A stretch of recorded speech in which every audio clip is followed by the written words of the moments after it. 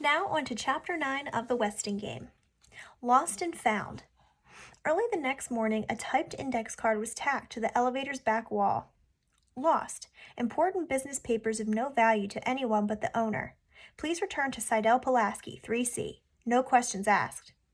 The shorthand notebook was not returned, but the idea of a bulletin board was an instant success. By late afternoon, the elevator was papered with notices and filled with tenants facing sideways and backwards, reading as they rode up and down. Lost. Silver cross on filigree chain, topaz pin and earrings, gold-filled cufflinks. Return to Grace Windsor Wexler, 3D. Reward. All players willing to discuss sharing their clues come to the coffee shop tomorrow, 10 a.m. Whoever stole my Mickey Mouse clock better give it back. Just leave it in the hall in front of apartment 3D when no one's looking. Turtle Wexler. Order down, not up. Or come on up to the 5th floor and dine in elegance at Shin Hu's restaurant, specializing in exquisite Chinese cuisine. Lost. String of pearls. Sentimental value. If found, please bring them to apartment 2C. Thank you.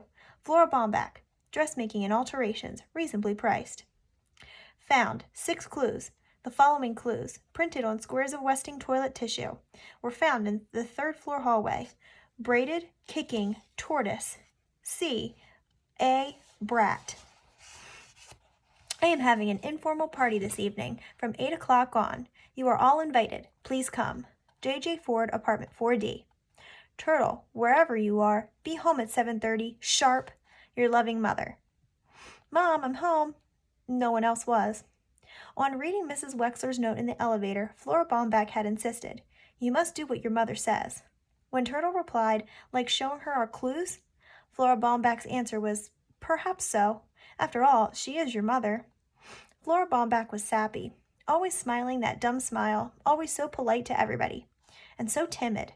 When they had finally reached a snowbound broker, Flora Bomback was so nervous she dropped the telephone. Turtle had to admit to some nervousness herself, but it was the first real order she had ever placed. For a minute there, she thought she might choke on the thumping heart that had jumped into her throat, but she had pulled off the transaction like a pro. Now, if only the stock market would go up, she'd show Mr. Westing about refining gold. The next part of the will would read, whichsoever pair made the most money with the $10,000 inherits the whole estate. She was sure of it. "Oh, there you are."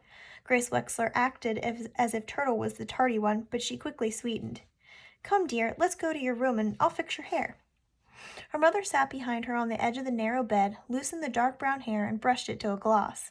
She had not done that with such care in a long, long time. "Have you eaten?" "Mrs. Bomback made me a dinner." Turtle felt the fingers dividing the hair into strands. Her mother was so warm, so close. "Your poor father's probably starving. He's been so busy on the phone, changing appointments and all.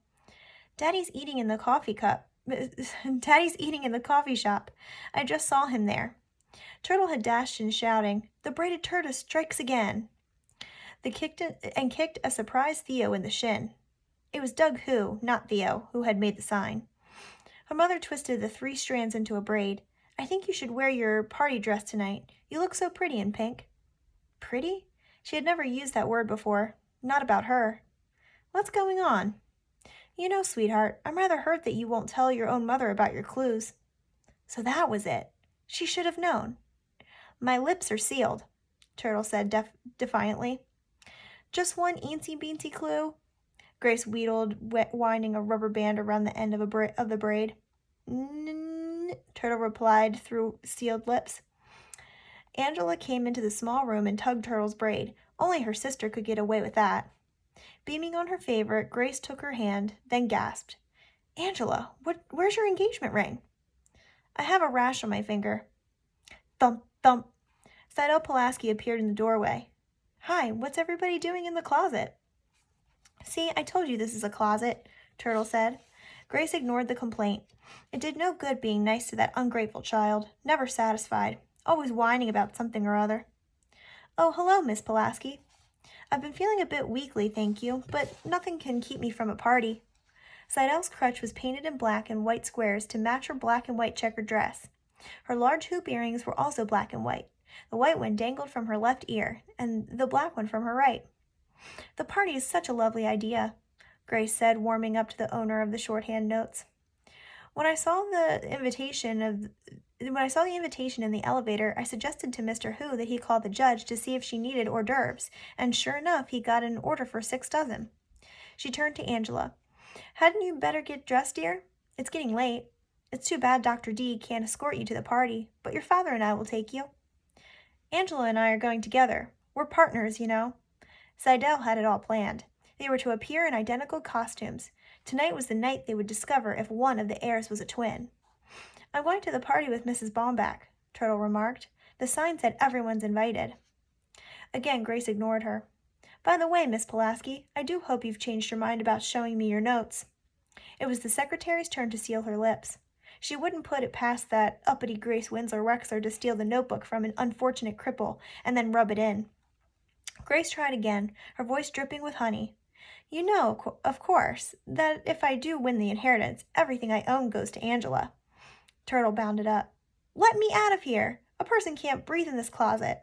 She kicked the bed, kicked the chair, kicked the desk, and elbowed past the disapproving secretary. What in the world is wrong with that child? Her mother said.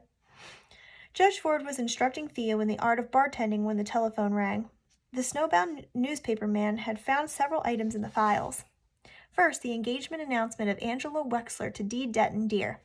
Next, several clippings on a lawsuit brought against Sam Westing by an inventor named... Hold on, please.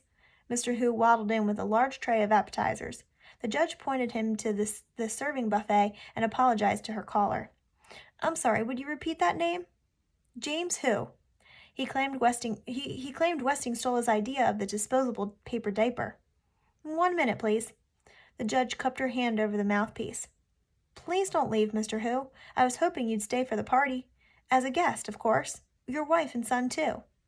Hu grunted. He hated parties. He had seen his fill of people eating and drinking and acting like clowns, jabbering like... So that's it, jabbering, dropping clues. I'll be right back. The receiver hissed with an impatient sigh. Then the researcher went on. I've got a thick file of sports items on another Hu, a Doug Hu. Seems he runs a pretty fast mile for a high school kid. That's all I could find on the names you gave me, but I still have stacks of Westing clippings to go through. Thank you so much. The doorbell rang. The party was about to begin.